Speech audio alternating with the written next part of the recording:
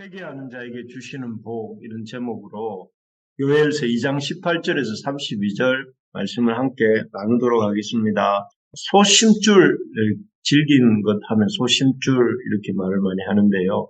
이런 소심줄보다 더 즐기게 자기 잘못을 인정하고 돌이킬 줄 모르는 존재가 우리 인간입니다.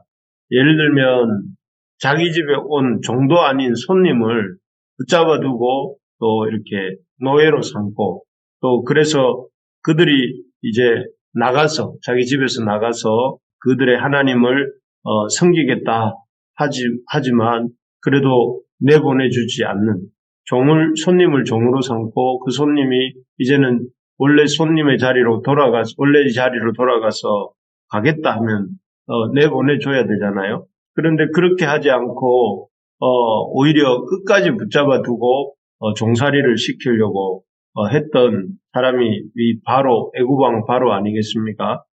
그는 자기 땅에 와서 귀한 손님으로 와서 무려 430년간이나 이스라엘 백성이 애굽 사람들을 섬겼고 또 그리고 이제 그들의 원래의 자리인 하나님 섬기는 자리로 가겠다고 할 때에 끝까지 내어 보내주지 않겠다고, 당연히 내어줘야 되는데 내어 보내주지 않겠다고 하면서 무려 10번이나 이렇게 거절하고, 그리고 마지막에는 그 백성들을 잡아서 어떻게 해치려고 끝까지 따라가다가 홍해의 바다 물에 죽게 되는 쪽으로 이렇게 고집을 피웠던 사람이 바로고 그의 백성들입니다. 이것을 보면 참 사람이라는 것이 얼마나 고집이 세고 자기 생각을 꺾기 싫어하는 존재인지 하는 것을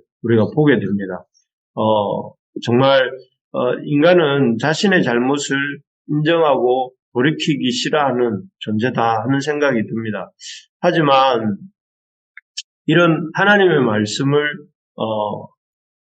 듣고 거절하기를, 이 하나님 말씀 듣고 순종하기를 싫어하는 존재가 인간이지만 자기 고집 꺾기 싫어하고 하나님 말씀 듣기 싫어하는 그런 존재이지만, 그런 인간이 하나님의 말씀을 듣고 그 하나님의 말씀 앞에서 자기를 돌이킬 때에, 또 그래서 겸손하게 하나님의 말씀을 받드는 사람이 있을 때에 그 사람은 참으로 이렇게 하나님이 기뻐하시고 복을 주신다 하는 것이 오늘 본문의 내용입니다. 오늘 본문에는 하나님께서 하나님의 그런 경고를 듣고 또 하나님의 말씀을 듣고 하나님 앞에서 돌이키는 자에게 주시는 놀라운 복이 무엇인지, 하나님 앞에 회개하는 자에게 주시는 복이 무엇인지 하는 것을 우리에게 보여주십니다. 그래서 사실 오늘날 우리에게 참 희귀해진 단어들 중에 하나가 이 회개라는 단어가 아닌가 하는 생각이 듭니다. 그러나 성경은 회개가 무엇보다 중요한 일이고 그 회개하는 자에게 하나님 놀라운 복을 주신다고 말씀하시는데, 오늘 본문에 보니 이 하나님 말씀을 듣고 돌이켜 회개하는 자에게 어떤 복을 주시는가 하면 무엇보다 하나님의 백성이 되는 복을 주신다 이렇게 말씀합니다. 우리 어제 본문이 기억나시겠지만 어제 본문에서 우리는 이스라엘이 하나님 말씀 앞에 거듭 불순종하는 모습을 이렇게 보았습니다. 그래서 선지자는 이렇게 거듭 하나님 앞에서 불순종하는 그 이스라엘 백성에게 어떤 일이 일어나는가, 날 것인가를 말하기를, 무엇보다 그들이 기다리는 여호와의 날이, 그들이 기다리고 또 고대하는 여호와의 날이 구원의 날, 회복의 날이라고 그들은 생각하지만, 이스라엘은 생각하지만 그 날이 오히려 구원의 날, 회복의 날이 아니라 심판의 날, 징계의 날로 바뀌게 된다 이렇게 경고했습니다. 그래서 이스라엘이 그 회복되고 구원받는 날이 아니라 그날이 이 하나님의 징계를 다 받고 심판받는 날이 된다는 것이죠. 또 그리고 더 놀라운 것은 이스라엘의 하나님이셔야 될 여호와가 그날에는 오히려 그 무서운 이스라엘의 대적들의 왕이 되어서 이스라엘과 예루살렘을 이렇게 침공하시고 또 심판하신다. 그렇게 말씀합니다. 그래서 그들 맨 앞장에, 대적들의 제일 맨 앞에 여호와가 서 계시는 모습을 보게 될 것이다. 이렇게 말씀했습니다. 참, 그래서 우리가, 너무 무섭고, 무서운 일 아니겠습니까? 하나님이 적들의 대장이 되고, 그 하나님의 구원의 날일 줄 알았던 날이 심판의 날이라는 사실을 보게 될 것이다 하는 그런 경고였는데, 그런 를 이렇게 경고가 현실화되는 것을 보지 않는 길이 바로 하나님 말씀을 듣고 돌이켜 회개하는 길이다 하는 것입니다. 그렇게 할 때에 오늘 본문 18절 우리가 하나님 말씀 듣고 돌이킬 때 어떤 일이 일어나는가? 여호와께서 자기의 땅을 극진히 사랑하셔 그의 백성을 불쌍히 여기실 것이라. 여기에 보면 그 앞에 금식을 선포하고 하나님 앞에 돌이키는 내용이 이제 15, 16, 17절에 나오는데 그렇게 할 때에 18절에 보니까 하나님께서 이제 명칭이 바뀌었습니다. 예루살렘이 하나님께로부터 공격받는 땅이었는데 자기의 땅이 되어 있고 이스라엘 백성이 그 대적이었는데 그의 백성이 되어 있는 것을 볼 수가 있습니다. 그래서 이스라엘이 하나님의 백성이 되고 또 예루살렘이 하나님의 땅이 되는 그래서 원래 하나님이 대적하시던 회개하지 않을 때 대적하시던 그들이 하나님의 백성이 회개할 때 하나님의 백성이 되고 하나님의 땅이 된다 하는 것입니다. 참 하나님을 하나님이라고 부르고 또 자신을 하나님의 백성이라고 부른다면 우리가 하나님의 말씀을 이렇게 듣고 또 그 말씀에 순종해야 하나님의 백성이다 하는 것입니다. 할 수 있겠죠. 이 하나님을 하나님이라고 부르면서도 하나님의 말씀을 듣지 않고 불순종한다면 하나님의 백성이라 할 수 없는데 우리가 하나님의 백성이라고 하면서도 하나님의 말씀을 안 듣는 일을 이렇게 돌이켜서 회개할 때에 우리가 하나님의 백성이 되고 하나님의 자녀로 이렇게 일컬음을 받게 된다는 것입니다. 그래서 우리에게 이런 참 회개하고 돌이킬 때 하나님이 주시는 가장 놀라운 복이 바로 이런 하나님의 백성이 되는 다시 하나님의 백성이 되고 또 하나님의 극진한 사랑을 받게 되는 그런 결과가 온다는 것입니다. 그렇습니다. 우리가 죄를 깨닫고 하나님이 경고하실 때 하나님의 그 말씀을 통해서 우리의 죄를 깨닫고 우리의 생각과 견해를 바꾸고 또 하나님께로 돌이킬 때에 하나님과의 관계는 회복이 되고 또 하나님의 놀라운 사랑이 돌아온다 하는 것이죠. 이것이 하나님 앞에서 회개하는 자에게 주시는 놀라운 복입니다. 이런 회개의 역사가 우리 가운데, 우리 민족 가운데, 또 우리 참 교회 가운데, 우리 자신 가운데, 우리 가정 가운데 일어나기를 소망합니다. 그래서 하나님에 대해서 말로만 우리가 하나님의 백성이다 이렇게 하지 않고 하나님에 대해서 하나님 말씀을 귀로만 듣고 끝내는 것이 아니라 하나님의 백성이라 하나님이라 부를 뿐만 아니라 하나님 말씀을 열심히 듣고 또 그 말씀 그대로 살고자 애쓰고 또 그렇게 나아갈 때에 이 하나님의 부흥케 하시는 역사가 날마다 일어날 줄로 믿습니다.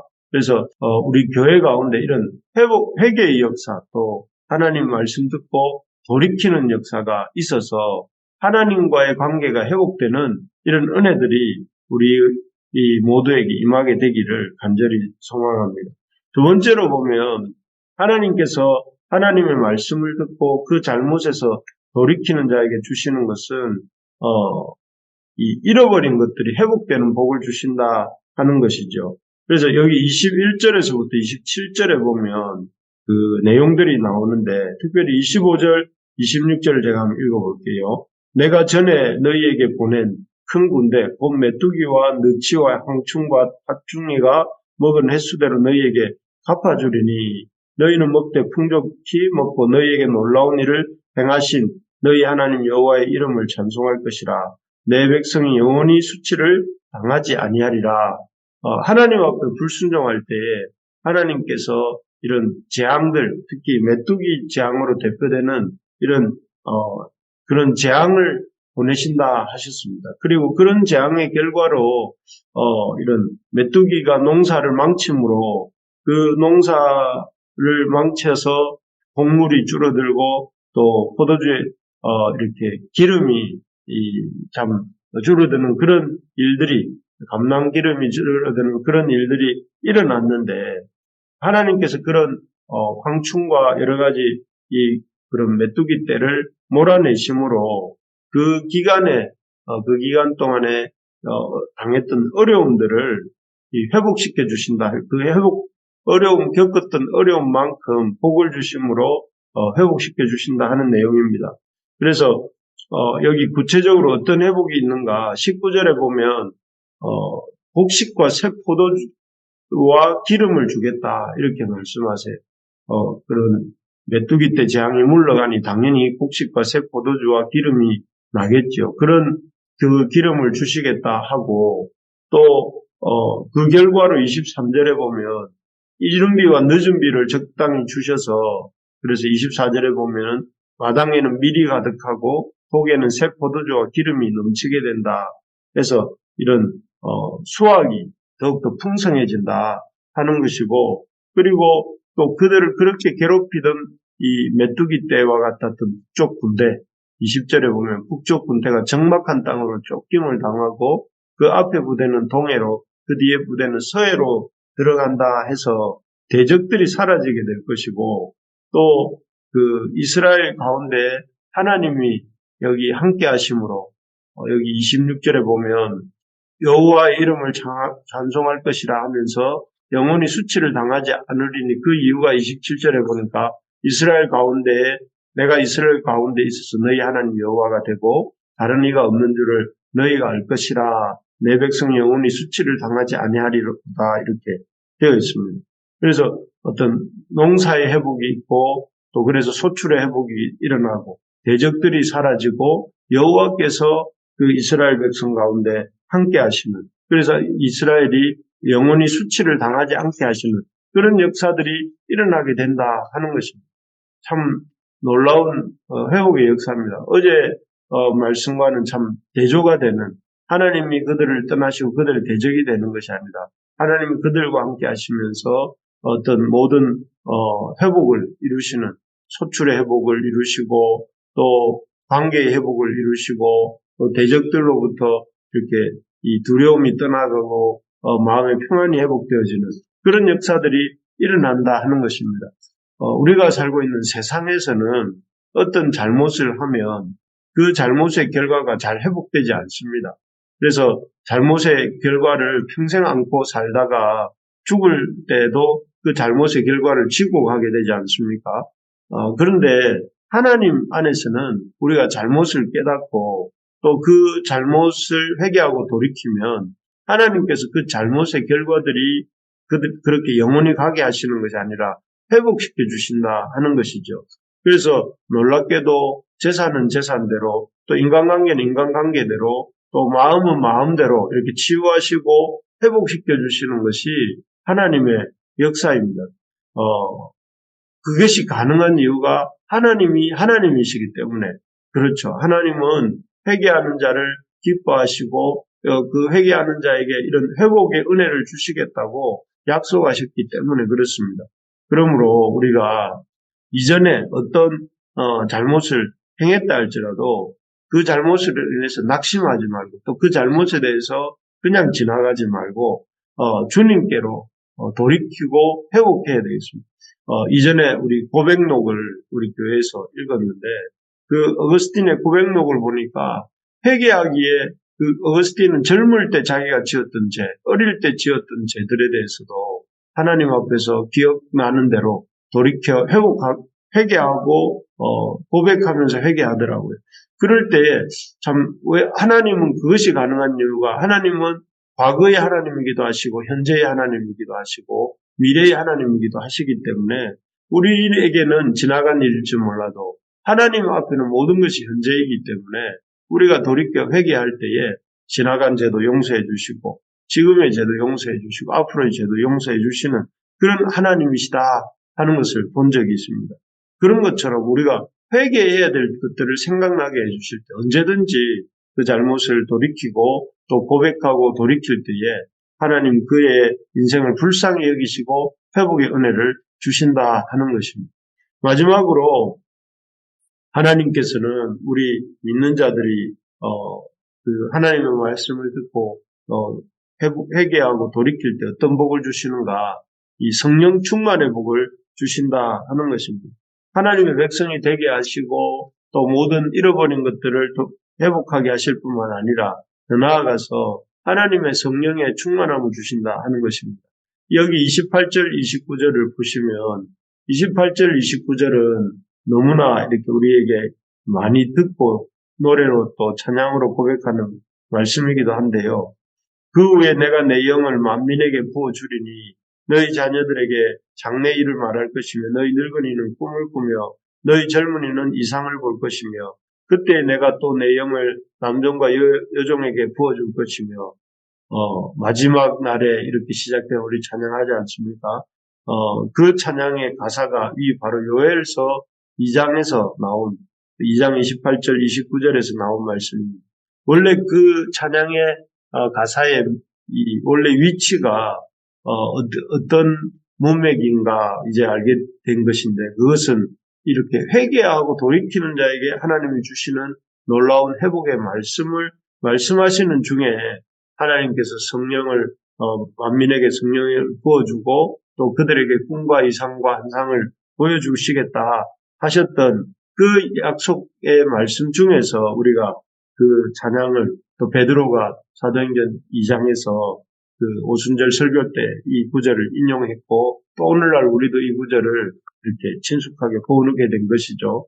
여기 보면 하나님의 말씀을 듣고 그 잘못을 깨닫고 돌이키는 자에게 어떤 복을 주시는가 하면 하나님의 그 성령을 부어주시겠다 하는 것입니다. 그래서 참 이 하나님과 사람이 우리 요즘 민수기 또 이렇게 읽고 있는데 보면 얼마나 이 죄라는 것이 무섭고 죄 지은 사람이 하나님 앞에 나아가기가 두렵고 떨리는 또 쉽지 않은 동물의 희생이 꼭 필요한 그런 이런 일입니까? 그런데 그런 모든 절차를 뛰어넘어서 우리가 그런 거룩하신 하나님 앞에 나아갈 수 있는 가장 빠른 길이 무엇이냐면은 하나님 말씀을 듣고 돌이키고 회복될 때에 하나님이 우리 가운데 오셔서 임재하시고 우리가 그런 하나님의 인도하심을 따라 동행하는 삶을 살 수 있는 그런 은혜가 주어진다 하는 것입니다. 그렇습니다. 지금은 예수 그리스도의 십자가 부활 이후 지금은 놀랍게도 회개하고 돌이키는 자에게 하나님이 그 회개하고 돌이키는 자와 함께 하시는 그래서 하나님이 그 사람에게 이 충만히 그의 영을 부어주시고 또 꿈과 환상을 품게 하신다 하는 것이죠. 바라는 것은 이런 역사가 우리 부르심의 가족들에게 있기를 소망합니다.